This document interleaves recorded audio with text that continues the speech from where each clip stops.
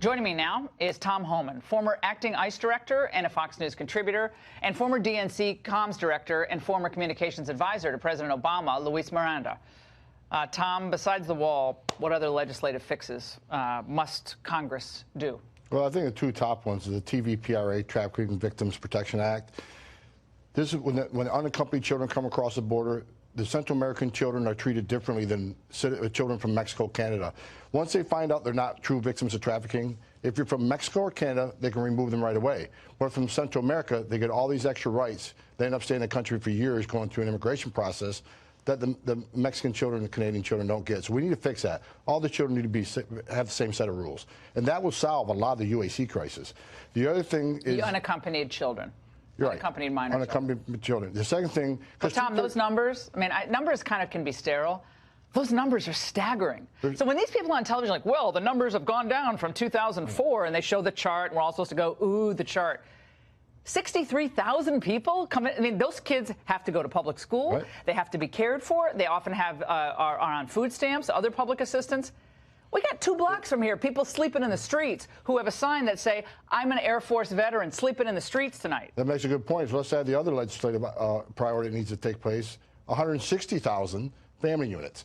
Now, what we need to address there is a Flores settlement agreement, because a Ninth Circuit judge ruled that we can't detain families for more than 20 days. Now, back in FY14, when we first started family detention, we had these hearings within 40, 45 days. And once we filled planes up with 90% that lost their hearings, the numbers went down of the illegal crossings. But some judge in the Ninth Circuit says, no, you can't detain more than 20 days. Exactly. Which means they get released. And that's why there's a surge of family members right now, because they know they won't be detained. They get released into the public. Many don't show up in court. And even if they show up in court and lose their case, which 91% lose their case, less than 2% leave.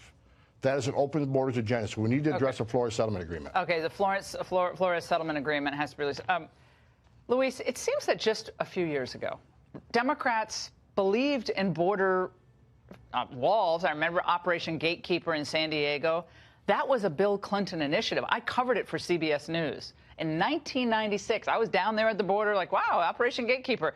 Huge barrier, steel barrier. They were all for it. Let's break this down with the two issues. What's changed? One of the issues here is that Donald Trump is an expert at creating a crisis like he did with Korea. So you deny that this is a crisis at all? I think that this is a problem that we can deal with very efficiently. We have the resources, we have the people, we have the ability to fix We don't have the people.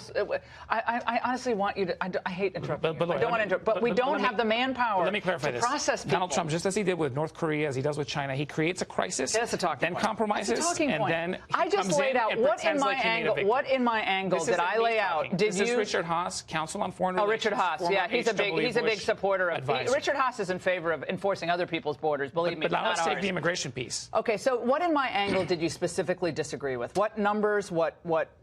One of the important things to note is that the Trump administration itself, DHS, under Donald Trump in 2017, pointed out that they are at some of the historically lowest numbers of people trying to cross the border.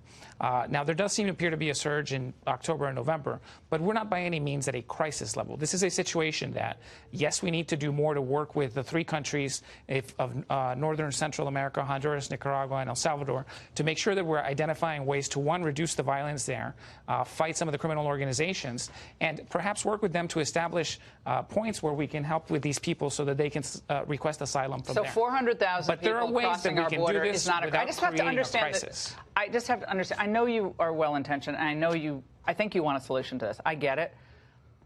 But how is it not a bipartisan issue when 400,000 people come into our country illegally every year? How is that? I don't care if it's down from 1.2 million from 5 years ago. That's bad, too. But 400,000 people, they have to go to public school. They use our infrastructure. They get a range of benefits. Plenty of border security. We have more than 16,000 Border Patrol agents right now. We have drones flying, and we have more than 700 miles of fence. What do drones do to pay for a kid's college, high school education? Drones don't arrest people. Look, the same people that claim there isn't a crisis on the border claim there wasn't a caravan. And we found out differently, didn't we? There's a crisis on the border. 2 children have died. And if President Trump would, if we wasn't sued by the ACLU and some Ninth Circuit judge says, no, you can enter illegally and still claim asylum, if they would have stuck with what President Trump wanted, come to the port of entry, claim asylum, these two children would be alive today because they wouldn't have had to cross between the ports of entry. There's definitely an important incentive to tell parents, don't pay smugglers, don't work with these criminal elements that are taking you through all these countries to get to the southern border. That's fine. We can all agree on that. I don't think any of the. I don't think any country in Central America would want 400,000 people. I mean, I know it's different because they're smaller countries.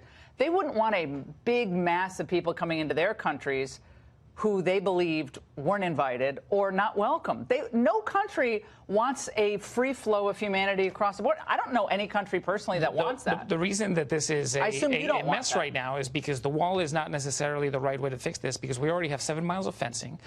There's definitely ways that we can improve the technology along the border. Does Operation Gatekeeper work in San Diego?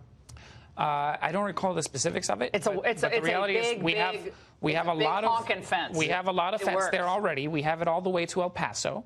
And there's plenty of other things that we need to do. For example, detectors of seismic changes because of the tunnels that they build underneath. Yeah. And those are the true criminal smugglers. Yeah, they are. So every place they build. Democrats I'll be in favor of that. I'm good for that. Shut down the government and have 500,000 people not getting paychecks. To his point, a wall takes a long time. How does that address a crisis? A wall is not going to be built overnight. So how's that dealing with a crisis, First of all, let's be clear. I was at a meeting on the White House today. I made it clear one of the things he needs to talk about is walls do work. Every place they built a barrier, illegal immigration plummeted.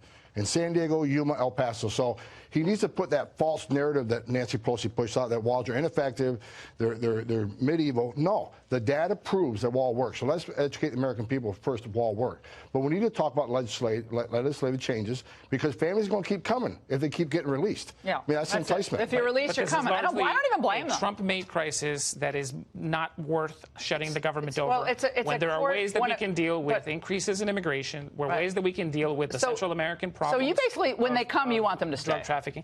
I think that we obviously have to allow someone who wants to apply for asylum to apply for it. But there's ways. But they should stay. Basically, there's ways to deal with these people even before they get to the border without creating an unnecessary crisis and shutting down the government and having 500,000 Americans who are not going to get a paycheck for over a month.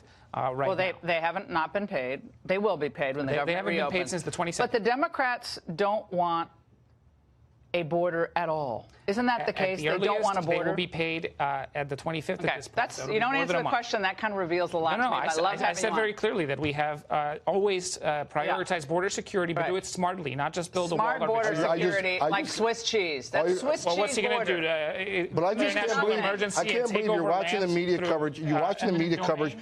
You're watching the media coverage on TV, but you're going to say that Trump invented this crisis. And it's just not. This has been worked on the same side. All right, guys, we're out of time. We're going to go to the next reader. All right, thanks, you two.